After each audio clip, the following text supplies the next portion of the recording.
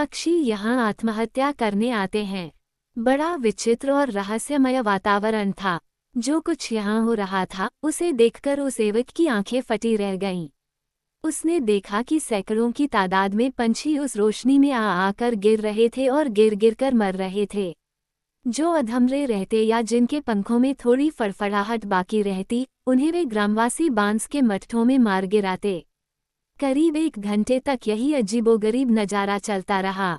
वो गागू था या चमत्कार, युवक की समझ में कुछ भी नहीं आया। उसे तो लगा किसी ने उन पक्षियों पर आड़ू कर दिया हो और वे किसी अदृश्य शक्ति के जोर से उस रोशनी पर खिंचे चले आ रहे हों और आत्महत्या कर रहे हों। चंद माल न पहले की बात है। यही अवतबर का महीना था। हल्की ठंड की सिहरन भी।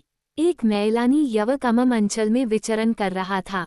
ये सैलानी उत्तरी कछार के मुख्यालय हाफलॉन्ग पहुंचा। उसके मन में सहज ही जिज्ञासा उपजी कि आसपास कोई दर्शनीय स्थल हो तो चलकर देखा जाए। असम के प्राकृतिक जाद में तो वह पहले से ही मंत्रमुग्ध था।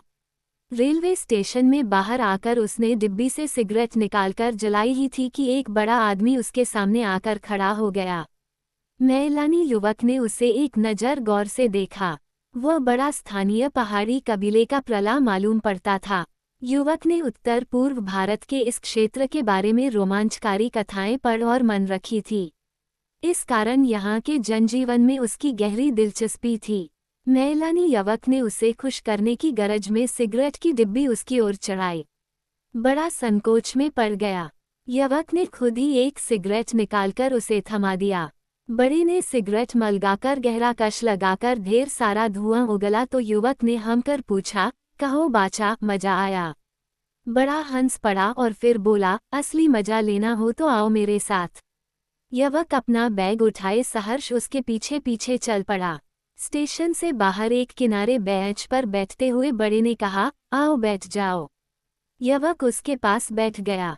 बूढ़े ने अपनी जेब से कोई चीज निकाली और उसे मलकर उसने 2 सिगरेटों तंबाकू के साथ भरा। फिर सैलानी युवक को एक सिगरेट थमा दी। लेनों ने अपनी अपनी सिगरेट सलगाकर गहरे कश खींचे। थोड़ी देर पहले जिस तरह युवक ने पूछा था उसी तरह बूढ़े ने उससे पूछा, मजा आया? युवक ठठाकर हंस पड़ा। फिर दोनों बातें करने लगे। ट्रेन का समय हुआ तो दोनों टिकट लेकर एक डिब्बे में जा बैठे। मैदानी इलाकों में चलने वाली ट्रेनों की तुलना में वह ट्रेन खिलौना ही थी। संकरी रेलवे लाइन और माँ छोटे छोटे डिब्बे। हाफलॉन्ग से लगभग 20 किलोमीटर की दूरी पर था जतिगा स्टेशन। दोनों वहीं उतर गए। अब तक शाम ढल गई थी। अंधेरा गहराने लगा था, मगर यह क्या, जतिगा रेलवे स्टेशन के पास रोशनी।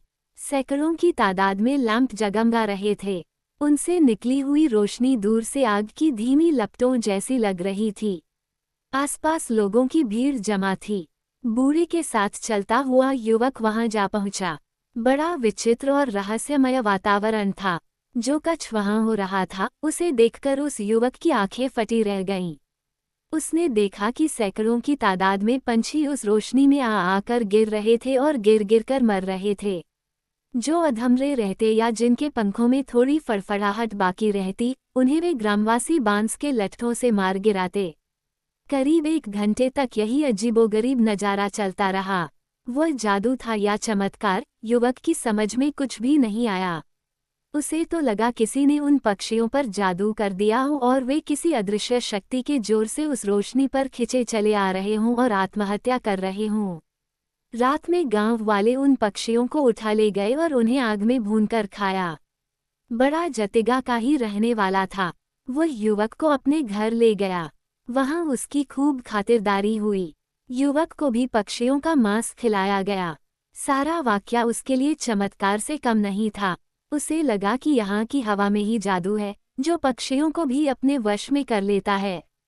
खाना खाने के बाद सैलानी युवक को नींद नहीं आई। मेजबान ने उसकी बेचैनी भांप ली और सहज ही पूछा, क्या बात है, नींद नहीं आ रही? हाँ, नींद नहीं आ रही। मैं तो तभी से पक्षियों की सामूहिक मौत के बारे में सोच रहा हूँ। आखिर उनकी इस दीवानगी का राज क्या है? युवक ने पूछा। राज वाज में क्या जानूं? तुम पढ़े लिखे आदमी हो, तुम ही समझो बुझो। मैं सिर्फ इतना जानता हूँ कि आज से बहुत समय पहले सन 1885 में हमारे परले पहाड़ियों जयंतिया से इस जतिगा गांव में चले आए और यहाँ बस गए। हम आदिवासी लोगों की आबादी अब ज्यादा नहीं है। हम लोग संतरा शरीफा उगाते हैं। अरे हाँ, एक बात तो बताना मैं भूल ही गया। कहते कहते बूढ़ा रुक गया। वह क्या? यही कि मैं ही गांव का प्रधान हूँ। मगर असली बात तो तुमने बताई नहीं। कौन सी? वही पक्षियों की आत्महत्या वाली बात। हाँ, वही जानने को तो मैं बेताब हूँ। बड़े ने कहानी आगे बढ़ाई। अपने परसों से हमने एक कहानी सुनी है। तुम भी वही सन लो। सन 1905 में यही कोई दशहरे के आसपास हमारे एक भाई की भैंस को किमी बाघ ने मार गिराया। अंधेरी रात में मशालें जलाकर हमारे प्रसे उसे खोजने निकले। भैंस तो नहीं मिली, पर हाँ, एक करिश्मा जरूर देखने को मिला। बहुत से पक्षी उन लोगों के आसपास आकर गिरने लगे। कुछ सीधे मशाल पर गिरते, कुछ लोगों के कंधों से टकराते और इस तरह मुफ्त में दावत उड़ाने को मैकरों परिदे उस अंधेरी रात में मिल गए। हमारे बाप दादों को इस खेल में मजा आ गया।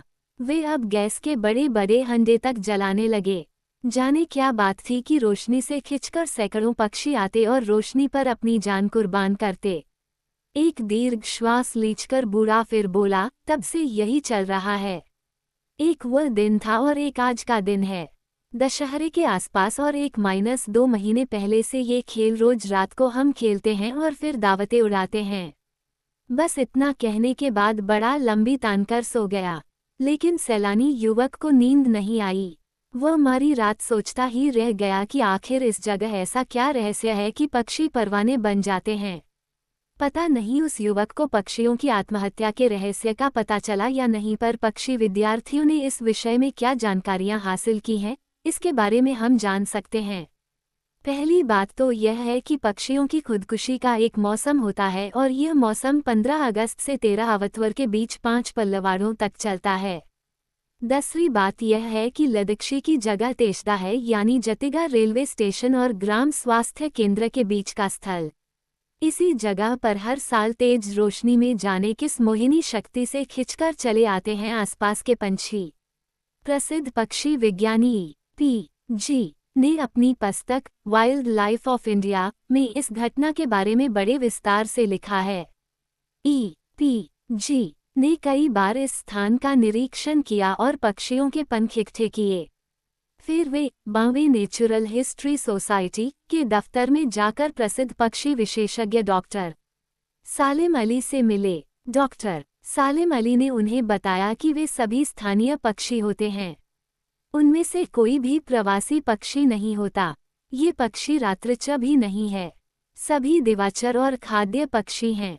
सन 1977 में भारतीय प्राणी सर्वेक्षण जूलॉजिकल सर्वे ऑफ इंडिया की ओर से नियुक्त पक्षी विज्ञानी डॉक्टर सुधीर मेंगुप्त ने भी इस रहस्य को सुझाने का प्रयास किया। डॉक्टर सेनगुप्त को निरीक्षण करने पर पता चला कि आत्महत्या करने वाले पक्षियों में लाल किर्लोकला या रेडी किफिशर, किताचया या लिटिल एग्रेट, हरियल या ग्रीन पिजन और मरकत फारुता या एमरल्ड डाव आदि पक्षी होते हैं। ये सभी दिन में अपना चारा जटाते हैं। ये तेज उड़ भी नहीं सकते और आमतौर पर 3000 से 6000 फुट ऊंचाई के बीच मंडराते रहते हैं। ये रोशनी से खिंचकर अंधेरी रातों में जतिगा के आसमान पर छा जाते हैं और फिर नीचे उतरकर खुदकुशी कर लेते हैं। खुदकुशी करने वाले ये पक्षी अपना आहार लेने के करीब 3 घंटे बाद ही नीचे उतरते हैं। तब तक भोजन पच गया होता है। नीचे गिरने पर ये निष्क्रिय पड़े रहते हैं। अधिकांश पक्षी 24 घंटे के अंदर मर जाते हैं। फिर भी कुछ पक्षी अर्धचेतनावस्था में 4-4 दिन तक जिंदा पाए जाते हैं। आश्चर्य की बात यह है कि भोजन देने पर भी ये नहीं खाते। ये मर मिटने पर ही क्यों आमादा रहते हैं? डॉक्टर सेनगुप्त का कहना है कि ऐसी मौसमी दशाएं इस क्षेत्र विशेष में जमा भूमिगत जल के चुंबकीय गुणों में बहुत परिवर्तन कर देती हैं। ये परिवर्तन इन क्षेत्रीय पक्षियों की शरीर क्रियात्मक लय फिजियोलॉजिकल रिदम में बाधा उत्पन्न कर देते हैं, जिनके प्रभाव से ये प्रकाश स्रोत की ओर असामान्य क्रिया प्रदर्शित करते हैं। फिर भी पक्षियों की इस सामूहिक आत्महत्या का रहस्य अभी पूरी तरह खलना बाकी है। पक्षी केवल जतिगा क्षेत्र में ही ऐसी हरकत करते हैं? क्यों ये रोशनी की ओर खिंचे चले आते हैं? पेट खाली रखकर ही क्यों ये सामूहिक आत्महत्या करने पर आमादा होते हैं? इन प्रश्नों के उत्तर अभी रहस्य के गर्भ में हैं।